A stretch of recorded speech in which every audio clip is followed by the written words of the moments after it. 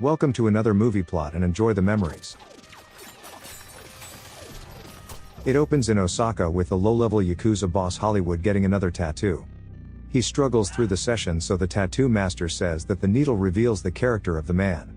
When Hollywood tries to act intimidating, the old man doesn't budge, until a Yakuza associate delivers a package containing black sand.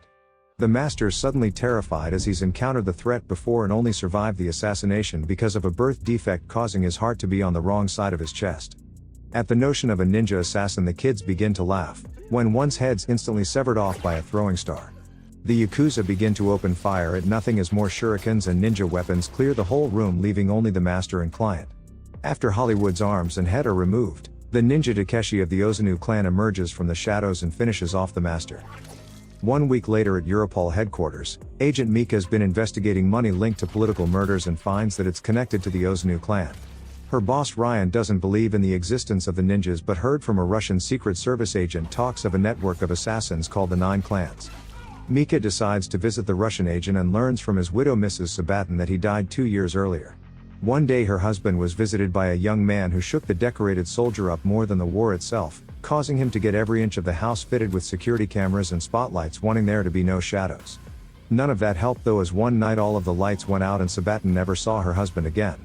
She gives over all of her husband's research in hopes that it'll help to solve his murder, but it's just things police have already seen, including a tape of the unidentified visitor. He's a ninja warrior named Raizo who's currently doing his laundry when a nice stranger asks for help with folding her sheets. The intelligent man asks what clan she's from, when the exposed assassin lashes out at her target, but by the time the laundromat owner walks out, the winner's already gone and the woman's corpse is stuffed into a machine. Raizo goes home to his small apartment where he continues his ninja training, before sitting down to a bowl of flashbacks. We're shown that he was one of dozens of children kidnapped by Lord Ozunu, and raised to become one of the most lethal assassins in the world, capable of shadow blending. As a child he experienced severe training under the guidance of his adoptive father and was whipped whenever he failed. The only kindness he ever received was from a kunoichi named Kiriko, and as they grow older her concerns for him grow even more as we see a young Takeshi proving himself the better warrior. For his failure, Ozunu gives Raizo the belly fingers, a move that he says will kill him if he can't withstand a night of pain, but the leader returns at sunrise to find the potential fully recovered. Eventually he and Kiriko develop a romantic bond and the ninja begins his first of many years devoted to living without senses. He spends an entire year without sight, and by the end Raizo's training surpassed that of Takeshi and he bests him with a blindfold. During sparring, Kiriko refuses her father's order to cut a defeated opponent so that he remembers his loss, so he slashes her face, leaving a scar and a desire to leave the Ozunu clan. One rainy night she decides to sneak out of the clan's fortress and encourages Raizo to join her, but he regretfully refused. In the present day, Mika's warned by Ryan that internal affairs cleared out her work as if they're about to make a move against her.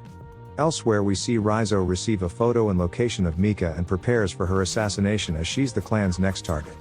When she gets home, the agent finds an envelope containing the black sand and is attacked by a ninjato-wielding ninja, but a second defends her with a rope dart, battling his brother until eventually the assassin's killed. Her savior is revealed to be Raizo and the two flee before Takeshi arrives with more ninjas to witness his brother's handiwork. When Mika questions why he saved her, we're shown another flashback of why the ninja betrayed his clan.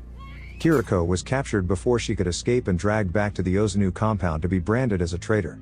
She was ordered by her father to be executed by Takeshi, who was all too happy to be killing his own kin. As a result of her death, Raizo began to harbor resentment towards the clan when he received his first mission to assassinate a kingpin. The hit didn't go so well and looked more akin to a shanking in a jailhouse by inmates, but the big guy eventually went down and Raizo took the man's watch as a memento. The ninja's father congratulated him and ordered Raizo to execute another escaped kunoichi like Kiriko. But he refused and rebelled against the clan by slashing his father's face and fighting against his ninja kin. Despite being the better warrior, he's defeated by Takeshi and the overwhelming number of ninjas, who fill him with throwing stars like a firing squad, but he survives by falling into the river. After he recovered, Raizo rented the apartment and began to intervene in Ozunu hits by eliminating his former friends. He tells Mika that he wants to kill Lord Ozunu but needs her help and that of Europol to bring him down. They pull over at a motel so that Mika can shower and change clothes. Then Raizo lights a cigarette to remove her scent as the ninjas can track them like wolves. The agent gets on the phone to Ryan and organizes a meeting in secret to provide evidence against the clan, but he betrays them and Raizo's captured by a task force who take him to a safe house for interrogation.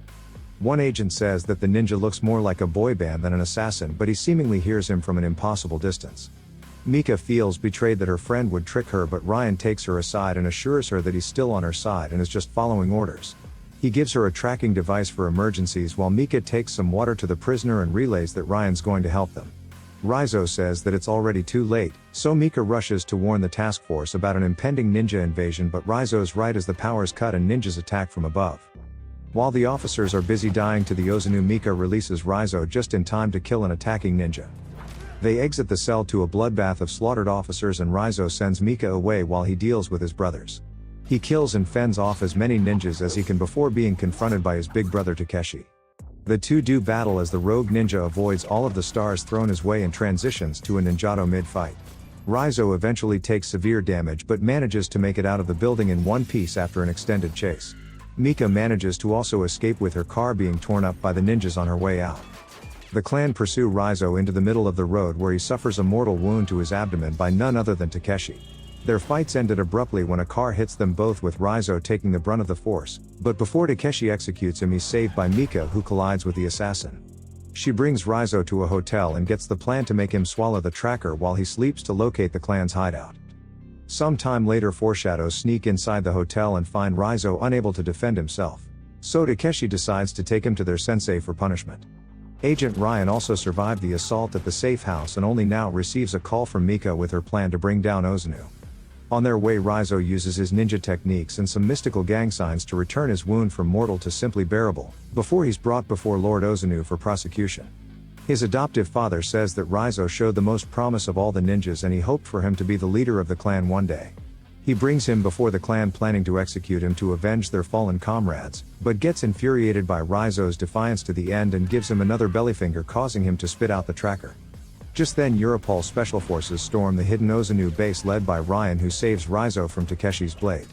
As the soldiers kill most of the ninjas in the courtyard, Mika frees the tied-up Raizo and then gets to safety with Ryan. The ninja goes to confront Takeshi in the training hall to first get revenge for Kiriko, and starts by slaughtering his vanguard who had no shot. As the special forces begin unloading rockets and taking down the hideout, Raizo and Takeshi face each other in the burning building. Takeshi's still no match for the better ninja, who takes his big brother's fingers off with his rope dart and nails his own hand to his jugular. Finally, Raizo confronts his father, who's on a completely different level, and slices the head off his weapon. The old man disappears into the shadow, then with blinding speed and super strength he easily has the upper hand. As the fire spreads to their building, Ozunu slices ribbons off his son, who still defies his father to the end. The clan leader uses shadow blending even in the light, while Raizo uses his own little bellyfingers on Dad, but it's still not enough. Ozunu defeats Raizo, but when he goes to take the finishing blow, Mika shoots him in the back, distracting him. Before Raizo can recover, the disappearing sensei stabs Mika through the heart and returns to killing his son, who shadow blends for the first time right in front of him. He begins slicing his father up and takes Lord Ozunu out one fatal blow after another.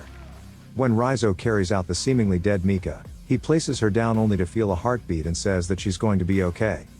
Mika's saved by the same quirk as the tattoo master from the beginning, as her heart's on the opposite side of her body. When the fires die down, Raizo returns to the same wall that Kiriko fled over years ago. He looks out at the surrounding countryside and realizes he's truly free of the clan. And the movie ends.